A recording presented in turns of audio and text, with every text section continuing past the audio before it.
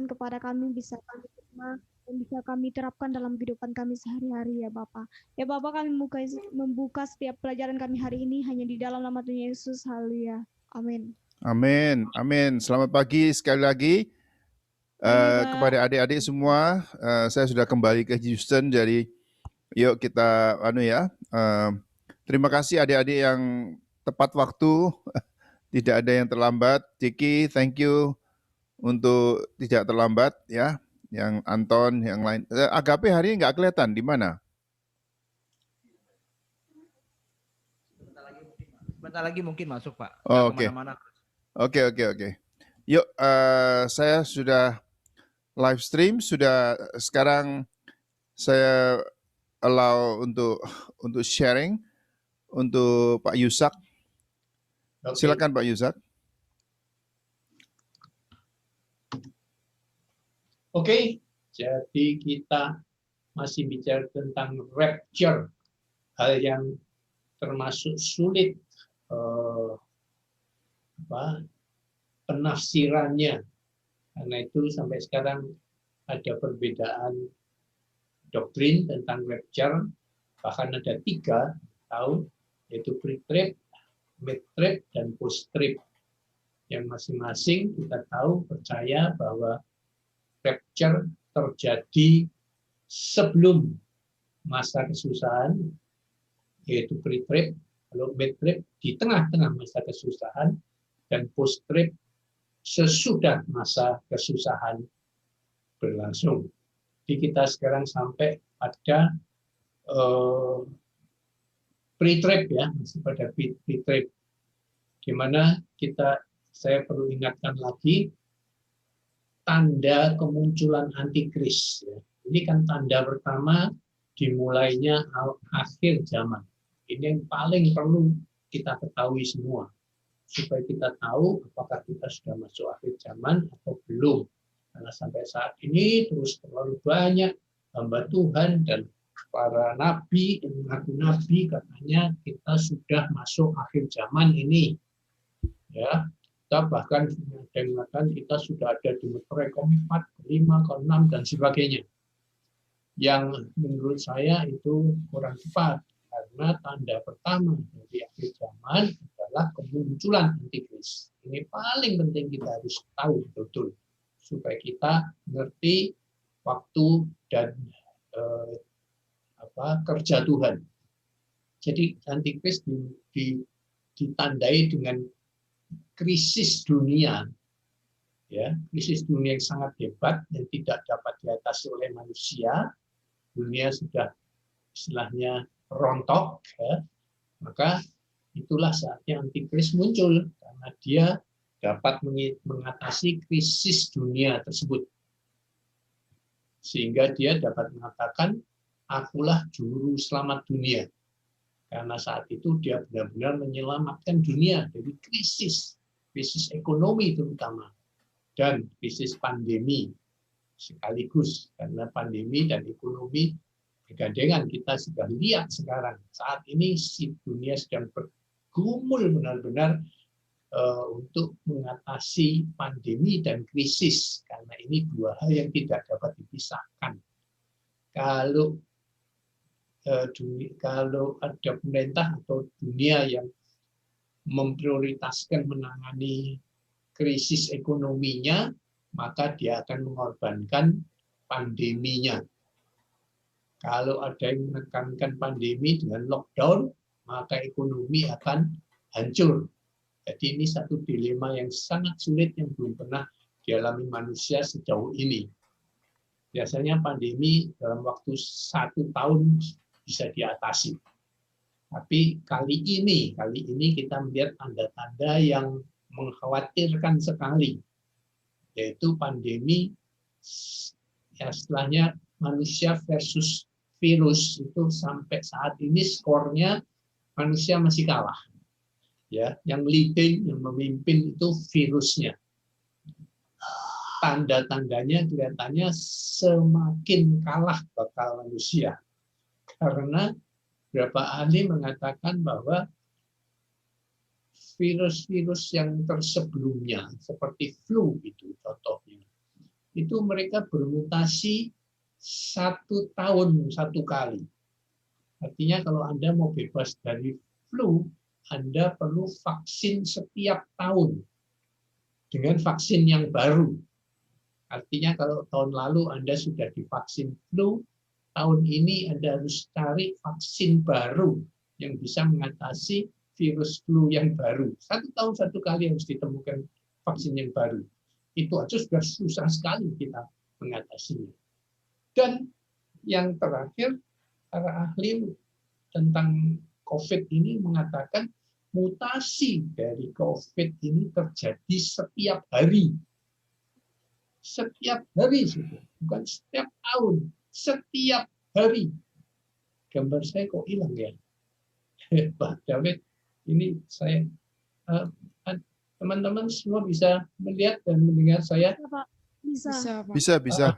Layarnya jelas ya, tapi saya tidak melihat gambar orang yang hilang. Gitu. Oke, tidak apa-apa. Ya.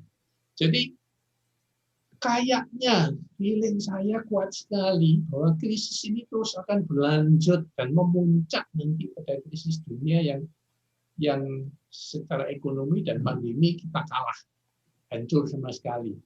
Inilah pembuka jalan munculnya antikris, saudara. Jadi kita sudah sangat dekat kelihatannya.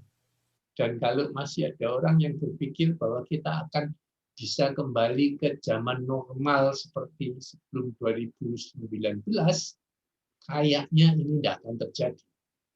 Beberapa ahli ekonomi sudah mengatakan trauma dari pandemi ini tidak akan pernah kembali. Ekonominya ya, sudah tidak akan pernah kembali pulih seperti sebelum sedia kala. Ekonomi akan mundur terus karena tidak bisa teratasi. Terus main rem dan gas terus kan, sekarang ini kita main rem dan gas terus. Begitu angka-angka kasus-kasus positifnya naik, direm, di lockdown, setengah lockdown dan sebagainya. Lalu kalau sudah sedikit mereda, di-loss lagi. Amerika sekarang ini sudah nge-loss, hanya tidak perlu pakai masker lagi. Saya khawatir, saya sangat khawatir. Ya. Nanti tiba-tiba meledak lagi, saudara. Meledak lagi. Jadi kemunculan antikris memang perlu satu jalan di mana dunia sedang chaos.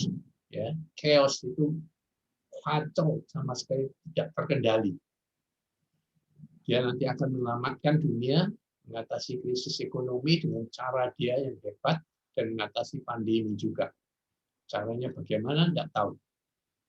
Lalu tanda kedua bahwa seseorang itu adalah antikris, dia membuat ikatan perjanjian dengan Israel, damai dengan Israel. Ya. Jadi sekarang ini Israel kan boleh dibilang musuh bebuyutan dari semua negara. Semua negara boleh bilang memusuhi dia. Ya. Kecuali pada zaman Donald Trump, dia yang tidak musuhi Israel. Sehingga ada beberapa orang, wah ini antikrisnya. Ternyata bukan. Jelas. Kemudian yang ketiga, signifikan sekali, satu prestasi yang besar sekali dan menyolok khususnya bagi bangsa Israel adalah dia berhasil membangun kembali Bait Allah yang ketiga di Yerusalem. Ini adalah impian kerinduan terbesar bangsa Israel saat ini. Bait Allah kebanggaannya 2 kali dihancurkan. Ya, Bait Allah Salomo dihancurkan, lalu dibangun kembali, lalu dihancurkan lagi pada zaman Kaisar Nero dan sebagainya itu, dan sampai sekarang Bait Allah itu belum berhasil dibangun lagi. Mereka berusaha mati-matian saat ini, masih belum ada tanda-tanda keberhasilan sama sekali, karena di atasnya masih jelas sekali ada berdiri dengan kemegahannya sebuah rumah ibadah dari agama lain yang belum ada jalan keluarnya, mau dirobohkan atau mau diapakan masih belum ada solusinya. Nanti Bait Allah akan berhasil dibangun oleh antikris. Jadi, karena itu yang nomor 1 memuja dan menyembah antikris sebagai Mesias mereka, juru selamat mereka adalah bangsa Yahudi. Itu yang mengkhawatirkan sekali. Karena mereka sangat mudah tertipu. Karena orang ini berhasil membangun bait Allah kembali, berhasil menyelamatkan dunia. Wah, inilah Mesias yang mereka sedang nanti-nantikan selama berabad-abad. Terus sudah ketahui bangsa Yahudi, agama Yahudi maksudnya, sampai hari ini masih menunggu kedatangan Mesias mereka yang pertama kali. Jadi Mesias mereka belum datang, sudah. Seperti yang dinubuatkan di Alkitab mereka. Kitab orang Yahudi kan hanya perjanjian lama ya. Kitab mereka masih menubuatkan kedatangan Mesias mereka yang pertama kali. Karena mereka tidak mengakui Yesus sebagai Mesias mereka. Mereka menolak 100% bahkan menyalibkan. Karena Yesus dianggap manusia biasa yang menghujat Allah karena mengaku dia adalah Allah.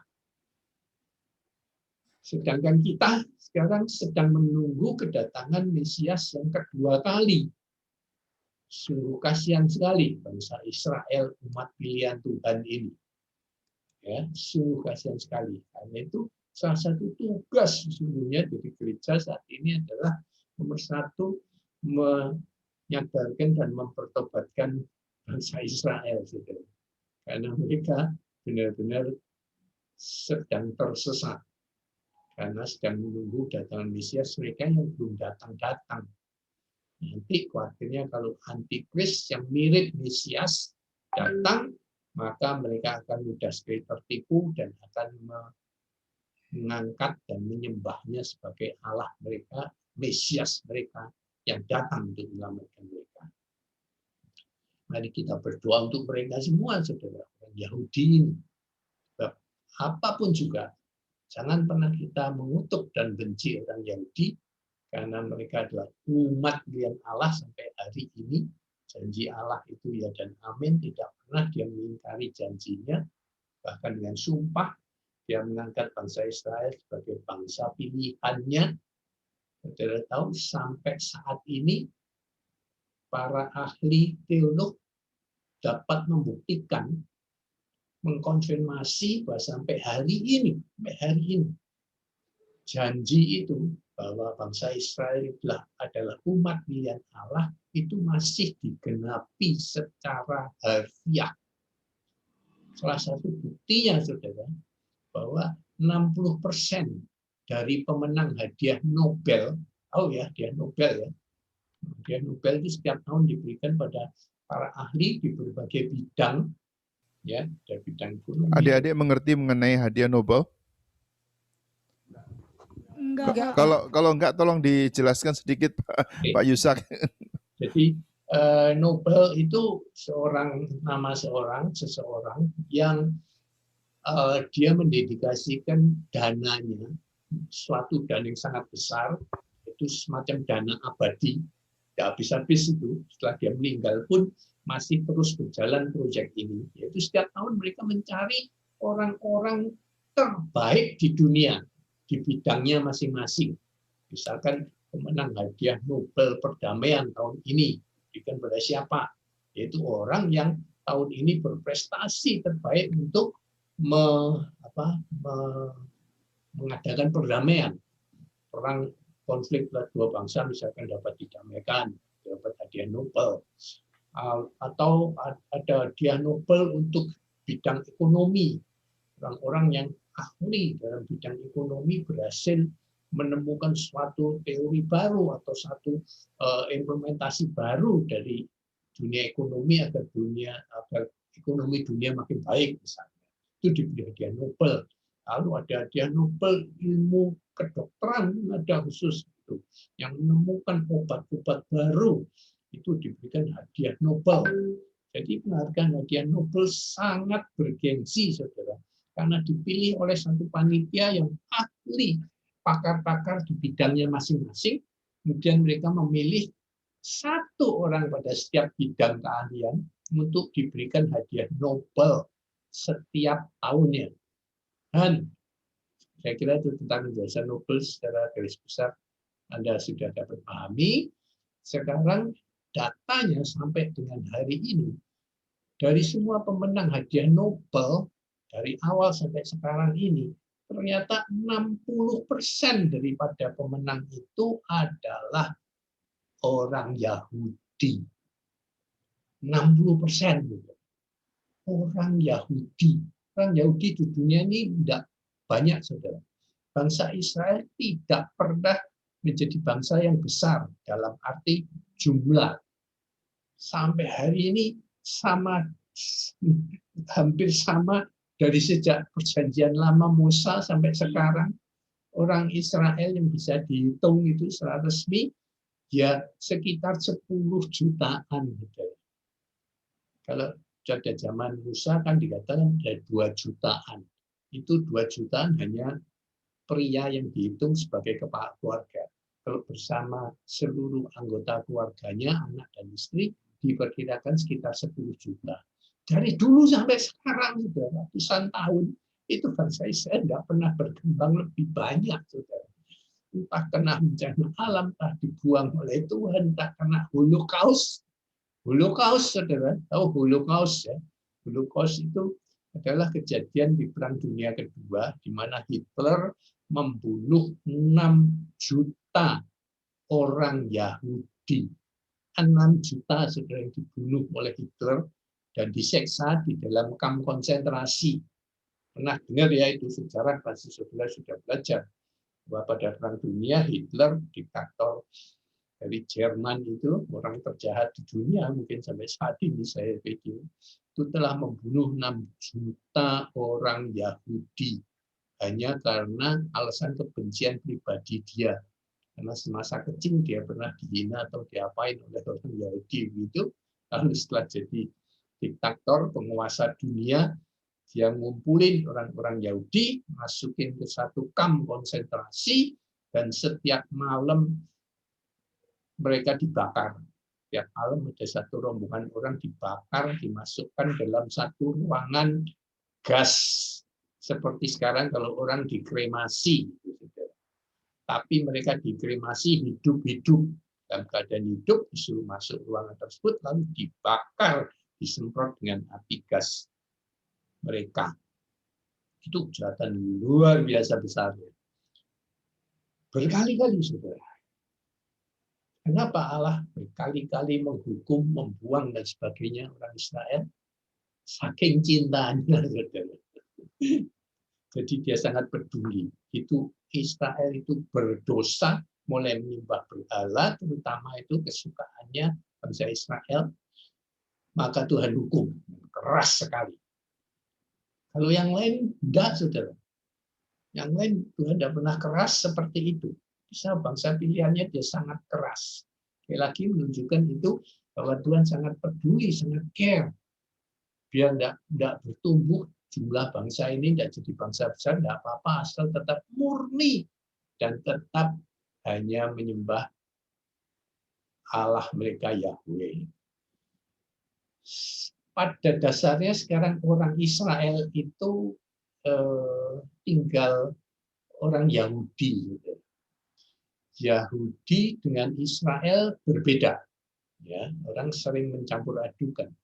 Bangsa Yahudi atau orang Yahudi itu adalah dua suku Israel yang pada zaman raja-raja di kitab Perjanjian Lama itu mereka bermukim di Israel bagian selatan dengan ibu kota Yerusalem. Ya, mereka disebut kerajaan Yehuda. Jadi istilah Yahudi, Jewish itu dari kata Yehuda ini. Jadi bangsa Yahudi atau orang Yahudi sebenarnya terdiri dari dua suku, yaitu suku Yehuda dan suku Benyamin. Ya, itu kerajaan Yehuda pada zaman raja-raja. Lalu 10 suku Israel yang lainnya itu membentuk kerajaan Israel di sebelah utara. Ibu kotanya di Samaria. Karena itu pada cerita Perjanjian baru kita lihat orang-orang dari Samaria itu kalau hari-hari tertentu masih harus berdoa dan kumpul di Yerusalem. Ya. Sorry, di Perjanjian Lama. Tapi sebelum masuk masa Perjanjian Baru, 10 suku Israel yang di utara itu lebih jahat daripada kerajaan Yehuda yang ada di selatan. Dan hukuman mereka luar biasa. Boleh dikatakan hukuman seumur hidup oleh Tuhan. Dibuang dan disebarkan ke seluruh kemana-mana saja. Ya, sehingga sampai sekarang secara resmi ke-10 suku itu disebut suku Israel yang terhilang. Karena sampai sekarang belum diketemukan secara resminya, belum diketemukan. Jadi yang ada saat ini yang disebut orang Israel adalah ya orang Yahudi itu, yaitu tinggal keturunan suku Yehuda dan Benyamin. Yang 10 hilang, ditelan oleh zaman. Baru belakangan, secara tidak resmi, saya membaca satu penemuan dari hamba Tuhan yang tekun sekali mencoba mencari jejak-jejak dari 10 suku Israel yang dikatakan hilang itu. Dia tidak terima, masa hilang begitu saja? Kemana mereka pergi? Kemana mereka diserahkan oleh Tuhan? Pendidikannya memakan waktu seumur hidup dia. Ya, namanya hamba Tuhan Herbert Armstrong. Dia menulis hasil penelitiannya seumur hidupnya sampai dia usia 93 meninggal. Dia belum selesai menyelesaikan penelitiannya, tapi sudah ada beberapa kesimpulan yang sangat mengejutkan.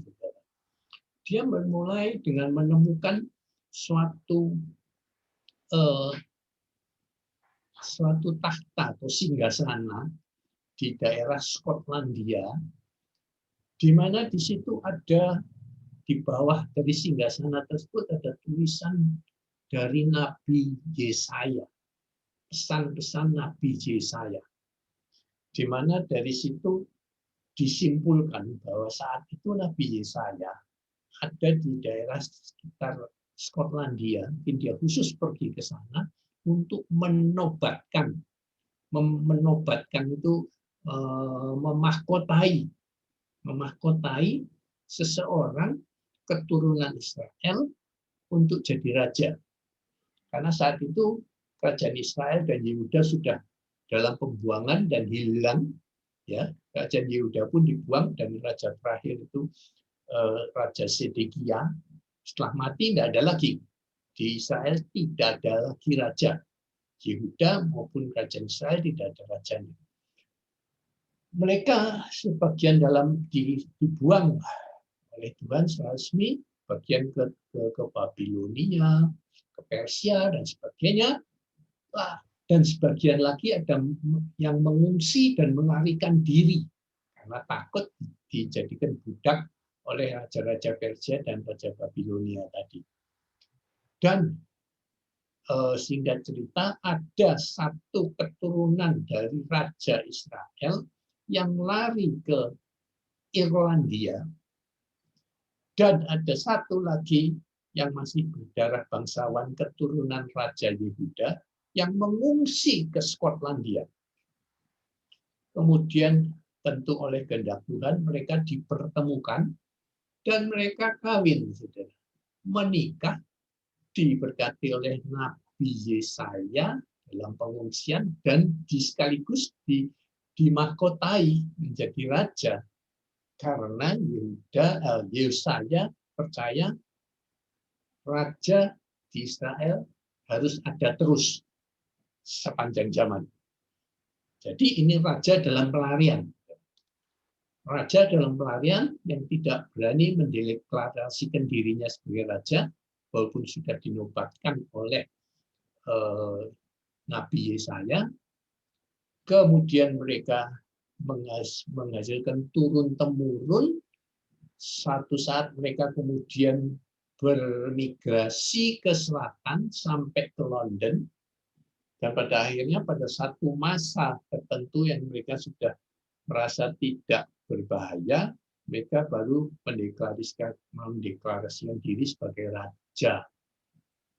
Dan itulah cikal bakal dari Raja Inggris Raya sekarang ini.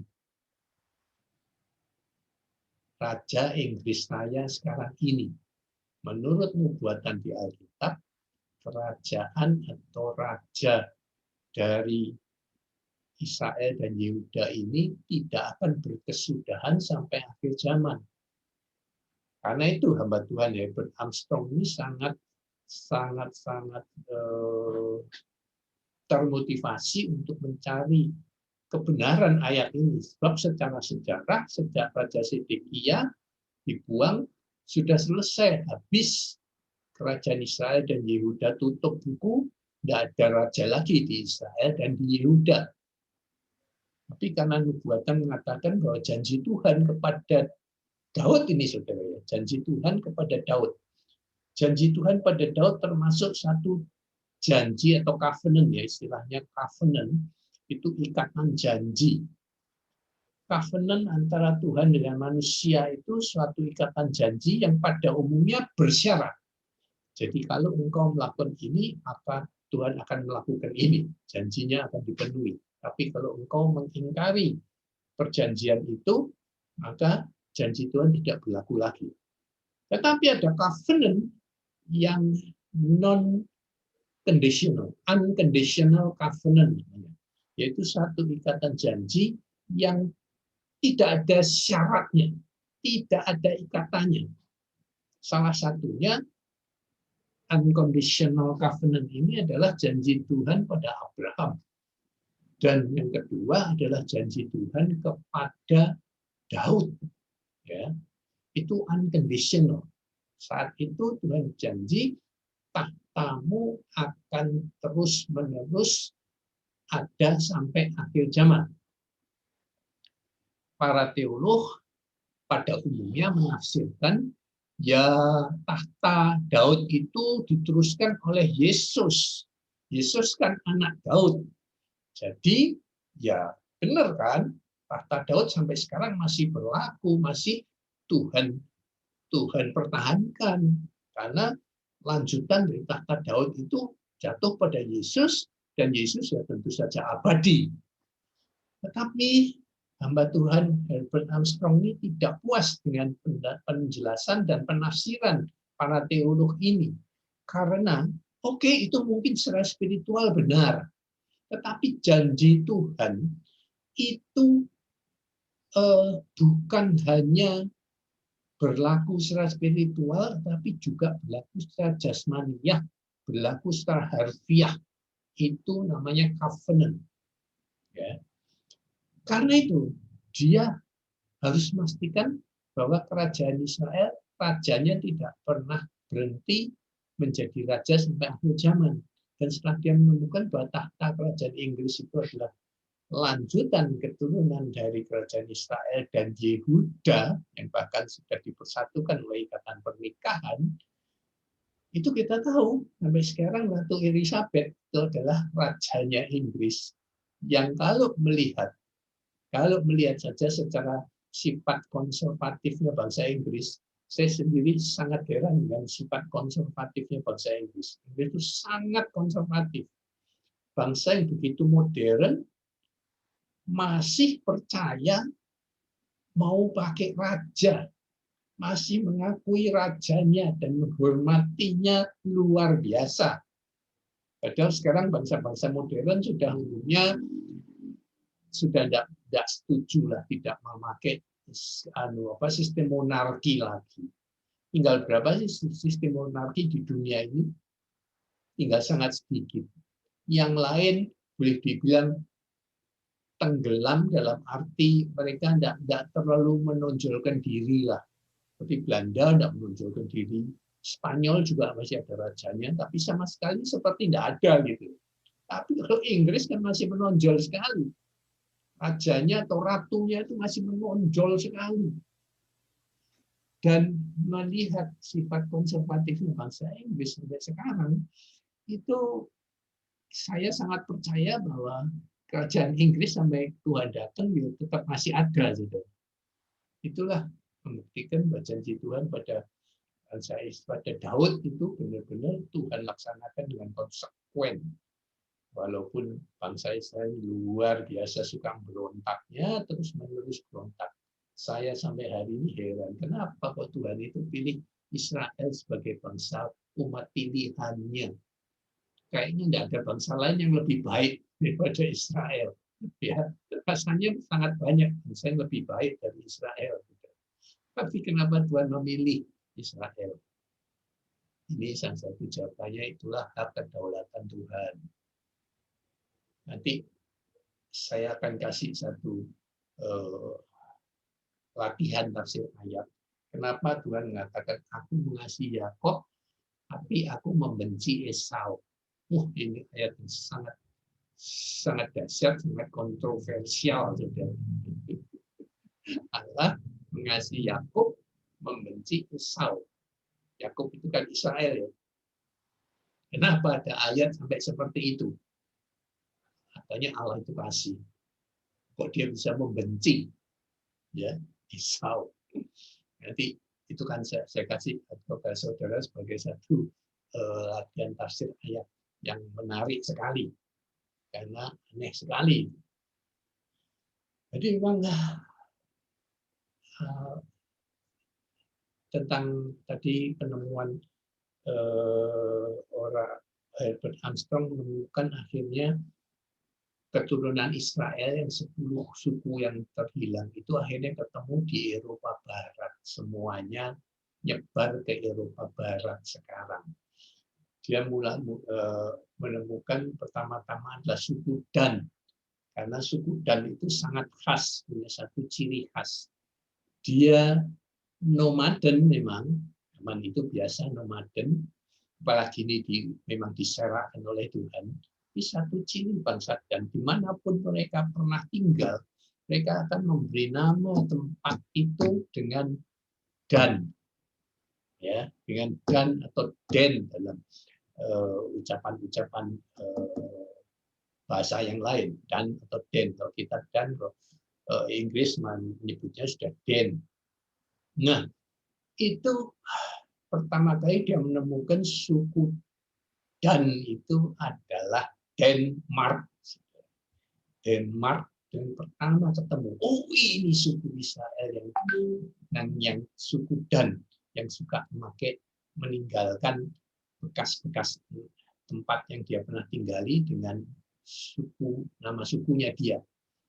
Dan kita lihat produk-produk Denmark, ya, itu sampai sekarang masih ada kemunculan Dan, Den, Dun dan sebagainya, saudara. Salah satu, ya, misalkan produk Denmark itu adalah kalau pabrik farmasi itu Dumex, itu dari Denmark, Dumex. Lalu saudara tahu susu Denkau. Denkau itu dari Denmark. Denkau saya pernah dengar, Pak. Ya, ya, ya, Denkau saya pernah dengar. Ya, Pernah dengar Denkau, Pak. Oke, jadi itu dari situ dia, oh ini suku Dan. Ketahuan dari situ. Setelah itu dia mulai, oh ya tersebarnya di sekitar itu saja. Satu demi satu kemudian ini mungkin menurut saya seperti meterai yang ditutup oleh Daniel. Satu persatu mulai dibukakan. Pada akhir zaman ini hamba-hamba Tuhan tertentu diberi satu privilege, satu tugas untuk memang membukakan meterai-meterai yang masih ditutup sejak dari zaman Daniel. Nah itu kemudian ketemulah yang di Inggris itu, bangsa Inggris itu keturunan dari mayoritas, ya ini semua mayoritas karena sudah terjadi migrasi dan sebagainya. Mayoritas dari suku Efraim dan Manase. Efraim dan Manase. Jadi ini suku Yusuf. Yang kemudian sebagian besar dari orang Manase di Inggris ini bermigrasi ke Amerika Serikat sekarang. Jadi cikal bakal Amerika Serikat itu adalah suku Manase. Lalu Jerman bukan, Jerman itu bukan turunan Israel. Perancis, Belanda, Belgia, Spanyol, itu masing-masing suku-suku 10 suku yang lainnya satu persatu diketemukan oleh penelitian yang luar biasa tekunnya dari hamba Tuhan Herbert Armstrong ini. Jadi, sekali lagi, namanya janji Tuhan, covenant, apalagi yang unconditional covenant itu luar biasa Tuhan genapi. Dia tidak pernah ingkar janjinya. Itu saja yang pelajaran dari kasus ini. Oke, jadi sekarang kita masih berusaha Tritrep. Jadi yang diangkat menurut Tritrep yang diangkat sebelum masa kesusahan adalah orang-orang kudus yang menuruti firman-Nya dan tekun menantikan Dia, seperti yang terdapat pada pesan Tuhan kepada jemaat Philadelphia di Wahyu 10 ayat 3 pasal 3 ayat 10. Bunyinya, karena engkau menuruti firman-Ku untuk tekun menantikan Aku, maka Aku pun akan melindungi engkau dari hari pencobaan yang akan datang atas seluruh dunia untuk mencobai mereka yang diam di bumi. Jadi atas dasar ayat inilah ya mereka kelompok Tritrep ini percaya bahwa gereja atau jemaat Tuhan yang mau di-rapture, mau diangkat sebelum masa kesusahan besar, dia harus meniru jemaat Philadelphia. Kita tahu dari 7 jemaat yang dikomentari oleh Tuhan di kitab Wahyu, itu Philadelphia kelihatannya yang terbaik. Ya, kesannya yang terbaik. Karena dikatakan, engkau menuruti firman-Ku dan tekun nantikan Aku. Ya, nantikan Aku ditafsirkan nantikan datangan Tuhan yang kedua. Maka Aku pun akan melindungi engkau dari hari pencobaan yang akan datang atas seluruh dunia ini. Ini ditafsirkan lagi-lagi kita gereja tersebut, gereja model Philadelphia akan dihindarkan dari masa kesusahan di akhir zaman. Ya, ayat ini kan mengarah ke situ, saudara. Bunyinya. Tapi sekali lagi masih terjadi perdebatan dan perbantahan karena yang membantah mengatakan ini kan konteksnya Tuhan berbicara pada jemaat Philadelphia, yaitu satu jemaat yang sampai sekarang ada 7 jemaat ya, yang dikontar oleh Tuhan. Itu satu yang jemaat virtual, akan jangan jemaat virtual. Ya, sebagian menafsirkan ini adalah 7 model gereja yang akan terjadi nanti dalam sepanjang sejarah gereja dari mulai kisah para rasul sampai hari ini. Jadi, saudara, kita bisa mungkin banyak orang menganalisa, oh gerejamu ini termasuk gereja model ini menurut Wahyu itu tadi. Tapi ada yang mengatakan sekarang tidak begitu. Ini adalah 7 stages, 7 tahap perkembangan sejarah gereja dari kisah para rasul sampai sekarang ini. Bermula dari satu jemaat tertentu yang disebutkan secara berturut-turut di nubuatan kitab Wahyu itu, itulah perkembangan gereja yang sepanjang sejarah berubah terus gitu, doktrinnya dan sebagainya, kelebihan dan kekurangannya semua itu terjadi sudah dinubuatkan di Wahyu. Sampai sekarang perdebatan itu masih berlangsung dan belum ada kata finalnya, saudara. Karena ini satu topik lagi dari eskatologi yang sangat sulit adalah 7 jemaat ini apa sih maksudnya, artinya untuk kita sekarang ini. Ada yang cuma mengatakan ya itu cuma suatu refleksi. Tuhan ingin menyebutkan 7 model gereja dengan kekuatan dan kelemahan masing-masing yang perlu kita jadikan introspeksi untuk gereja kita masing-masing. Apakah saat ini kita sedang mengidap penyakit gereja yang kehilangan kasih mula-mula misalnya, atau kita sedang mengidap penyakit dari gereja yang suam-suam kuku misalnya. Itu semacam refleksi saja untuk mengingatkan gereja sepanjang zaman untuk jangan sampai jatuh ke dalam hal-hal buruk yang sudah dinubuatkan oleh Yohanes di kitab Wahyu. Itulah perdebatannya. Seru sekali, itu satu topik eskatologi tersendiri, saudara. Apa arti 7 jemaat? Itu, saudara. Nah, kita teruskan saja. Nah, yang kubu kedua dari penganut rapture ini adalah mid-trib. Jadi mid-trib percaya bahwa pengangkatan terjadi di pertengahan masa tribulasi. Sehingga kita akan mengalami bagian pertama dari masa akhir zaman itu, baru setelah itu kita diangkat. Bisa sebelum sangkakala berbunyi, atau sebelum cawan murka Allah ditumpahkan di tengah-tengah masa, atau di tengah-tengah dari masa itu semuanya. Ini juga rumit, repot. Mid-trib berarti di tengah-tengah masa tribulasi. Nah, masa tribulasinya itu maksudnya mana? Apakah kita tahu ada 7 meterai, 7 sangkakala, lalu 7 cawan murka Allah kan? Urutannya kan begitu. Nah, mau di mana pertengahannya itu? Apakah sebelum sangkakala berbunyi, sesudah meterai 7 meterai itu, atau sebelum cawan murka Allah ditumpahkan, jadi sesudah 7 sangkakala berbunyi, atau betul-betul di tengah antara 7 peristiwa tadi itu juga satu hal yang rumit sekali. Ada yang mengatakan ya 3,5 tahun lah, kan masa akhir zaman itu 7 tahun. Jadi setelah 3,5 tahun kita ngalamin akhir zaman, kira diangkat.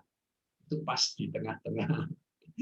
Susah sekali, saudara. Saya mengaku ini satu penafsiran yang susah sekali untuk mengatakan kapan akhirnya, walaupun Maitrey mengatakan di tengah-tengah, tengah-tengahnya kapan gitu, masih juga sukar sekali. Karena sekali lagi ini menurut saya sih hal-hal yang nggak perlu dicari-cari, nggak perlu dicari akurasinya, karena sekali lagi hanya Bapak yang tahu. Kembali ke ayat pamungkas itu, saudara, anak saja tidak tahu. Oke. Nah, Maitrey pada dasarnya pandangan mereka mirip dengan pre-trib, yakni mereka tidak akan mengalami masa kesusahan besar. Bedanya cuma mereka itu hanya mengalami masa kesusahan kecil di awal, lalu ketika mau masa kesusahan besar mereka diangkat. Ya, hanya bedanya pre-trib ya sebelum meterai sangkakala atau sebelum cawan murka Allah ditumpahkan. Kalau pre-trib aman sama sekali, terhindar dari semua masalah ini. Bahkan sebelum meterai pertama kita sudah hilang, sudah diangkat. Dasar argumentasi Maitrey. Maitrey percaya bahwa orang percaya akan diangkat di pertengahan masa antikris, yaitu antara masa kesusahan dan masa kesusahan besar. Ya, pre-raf istilahnya. Pre-raf itu sebelum cawan murka Allah ditumpahkan. Sehingga orang percaya tidak akan mengalami masa kesusahan besar, karena cawan itu untuk orang durhaka saja. Kalau ini semua kubu setuju bahwa cawan murka Allah bagian akhir zaman itu benar-benar hanya ditujukan kepada orang-orang durhaka yang menghujat Yesus sampai pada detik itu. Dibilangin apapun juga tetap ngeyel dan tetap menghujat Yesus. Karena itu mereka diberi ganjaran cawan murka Allah yang memang nggak kira-kira. Kita ngalamin enggak. Semua kubu setuju bahwa orang Kristen yang tidak menghujat Yesus, ya istilahnya pengikut Yesus sesungguhnya, akan dihindarkan. Hanya bedanya kalau post-trib dan pre-trib dan mid-trib kita diangkat. Kalau post-trib mengatakan kita tidak diangkat, tapi kita disembunyikan di diungsikan oleh Tuhan ke satu tempat di padang gurun, dikatakan ayatnya kita sudah baca berkali-kali, di mana antikris tidak dapat menjangkau mereka, sehingga kita tidak mengalami cawan murka itu. Kita dilindungi di padang gurun, seperti bangsa Israel ketika dilindungi Tuhan di padang gurun, disediakan makanan dan minumannya seperti itu juga. Ya, sebab di luar padang gurun pada saat itu kita tidak dapat membeli dan menjual kalau kita tidak punya tanda 666 di kepala, di dahi atau di tangan kita. Oke. Jadi dasar argumentasi mid-trib adalah kompromi antara pandangan pre-trib dan post-trib yang bertolak belakang. Yang sangat bertolak belakang itu pre-trib dan post-trib. Mid-trib ada di tengah-tengah. 1 Tesalonika 5 ayat 8-10 bunyinya demikian. Tetapi kita yang adalah orang-orang siang, baiklah kita sadar berbaju sirahkan iman dan kasih dan berketopongkan pengharapan keselamatan, karena Allah tidak menetapkan kita untuk ditimpa murka, tetapi untuk beroleh keselamatan oleh Yesus Kristus Tuhan kita yang sudah mati untuk kita, supaya entah kita berjaga-jaga, entah kita tidur, kita hidup bersama-sama dengan Dia. Ayat ini dipakai sebagai dasar mid-trib bahwa kita tidak akan ditimpa murka, tapi akan diselamatkan oleh Tuhan di tengah-tengah masa kemurkaan Allah tadi. Ayat yang mendukung Wahyu selalu kita ambil dari Wahyu pasal 24, karena Wahyu 24 ini Yesus sendiri yang mengatakan membuat tanda-tanda akhir zaman. Kita baca yang sehubungan dengan mid-trib, sebab pada masa itu akan terjadi siksaan yang dahsyat seperti yang belum pernah terjadi sejak awal dunia sampai sekarang, dan yang tidak akan terjadi lagi. Dan sekiranya waktunya tidak dipersingkat, maka dari segala hidup tidak akan ada yang selamat. Akan tetapi oleh karena orang-orang pilihan, waktu itu akan dipersingkat. Nah, ini sekali lagi banyak penafsiran yang bisa ke kiri dan ke kanan, saudara. Ya, tapi prinsipnya diambil bahwa kita akan dihindarkan dengan cara waktu penyiksaan itu akan dipersingkat oleh Tuhan. Nah, penafsirannya gimana? Di sini ada 2 penafsiran sekali lagi. Satu, waktu tribulasi, waktu masa kesusahan, penyiksaan itu dipersingkat supaya banyak orang masih selamat, atau orang percaya diangkat di tengah-tengah masa tribulasi tadi, yaitu mid-trib rapture. Ini masih 2 kubu lagi-lagi, saudara. Betul-betul masih dipersingkat, artinya itu akhir zaman mestinya 7 tahun dipersingkat oleh Tuhan jadi setengahnya misalkan, ya, jadi 3,5 tahun, atau singkat jadi berapa tahun nggak tahu, saudara. Informasinya, datanya tidak ada di Alkitab, tidak cukup lengkap. Oke. Cuma karena dipersingkat. Dokter yang sampai di sini, saudara, tambah bingung atau tambah ngerti? Saya kepingin jangan sudah bingung. Tapi memang rumit dan kompleks sekali. Penafsirannya luar biasa sulitnya, sehingga banyak spekulasi di sini, banyak kubu penafsiran di sini terjadi. Sampai sekarang perdebatan itu masih berlangsung. Oke? Terima kasih Pak Yusak. Ya. Ya, memang itu adik-adik itu ya tadi pre-trib, mid-trib, post-trib itu semua ngerti ya adik-adik ya apa artinya pre-trib? Tahu nggak? Coba tolong salah satu menjelaskan apa itu pre-trib, apa itu mid-trib, apa itu post-trib. Mid-trib adalah pengangkatan terjadi di masa tribulasi. Terus? Sehingga kita akan mengalami bagian pertama dari masa itu. Kalau pre-trib apa?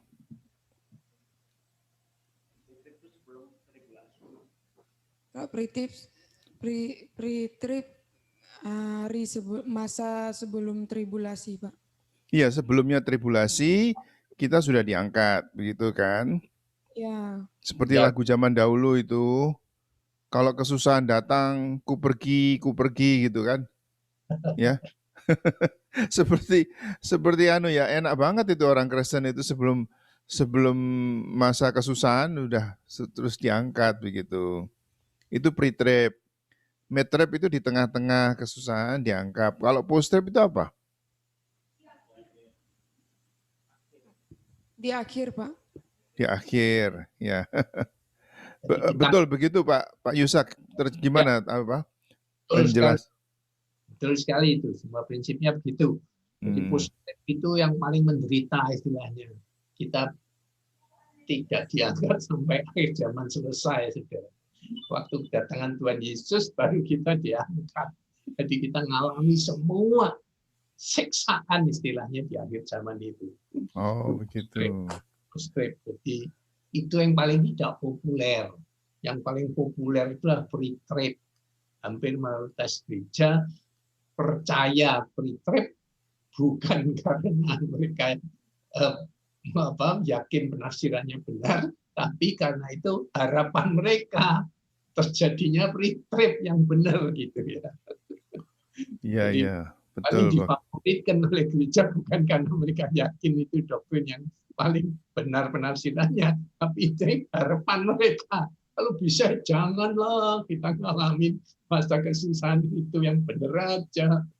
Kita bisa murtad gitu istilahnya kan. Risikonya kan kita bisa kehilangan keselamatan. Nanti akan menarik sekali bahwa post-trib menurut saya sih argumentasinya yang paling kuat. Yang lain terlalu banyak kelemahannya. Ya. Yeah. Seperti post-trib itu salah satu kelemahan yang paling dasar. Tuhan Yesus menjemput kita sebelum akhir zaman. Lalu nanti setelah akhir zaman Tuhan menjemput lagi untuk ketiga kalinya. Jadi Tuhan itu datang 2 kali, 3 kali. Itu yang paling lemah, karena kita hanya tahu second coming, nggak ada third coming. Kedatangan ketiga itu tidak pernah dibicarakan di Alkitab. Hanya datang kedua kali. Jadi masuk akal kalau kita nanti dijemput Tuhan ya pada akhir zaman, benar-benar akhir zaman. Ya, jadi memang adik-adik ini kita dilatih untuk berpikir, kita dilatih untuk melihat akan beberapa option itu yang sekarang masih tetap diperdebatkan di antara ahli-ahli Alkitab. Semuanya ada alasannya, semua ada argumentasinya, ada. Jadi kita asal tahu semuanya, ya kita boleh memilih juga yang kita mau percayai, tapi ya memang tidak bisa solid betul-betul begitu, karena semuanya mempunyai alasan ya. Jadi semua argumentasi yang kita, istilah saya di sini adalah punya logika teologi. Ya, logika teologi masing-masing punya. Kemudian bahkan punya ayat pendukungnya. Semua punya ayat pendukung. Walaupun ayat pendukungnya sama, saudara. Dari masing-masing buku ayat pendukungnya sama, tapi penafsirannya berbeda. Ini yang menariknya, saudara. Semua kalau udah punya ayat pendukung ya sudah, itu nggak perlu kita bicarakan. Semua punya ayat pendukung, semua punya logika teologis yang masuk akal. Tinggal keyakinan masing-masing. Ya. Oke. Ya, terima kasih Pak Yusak. Terima kasih semuanya. Kita akhiri pertemuan kita pada hari ini. Silakan salah satu berdoa, dari luar juga boleh, yang dari Diki atau Anton, siapa aja yang mau berdoa silahkan.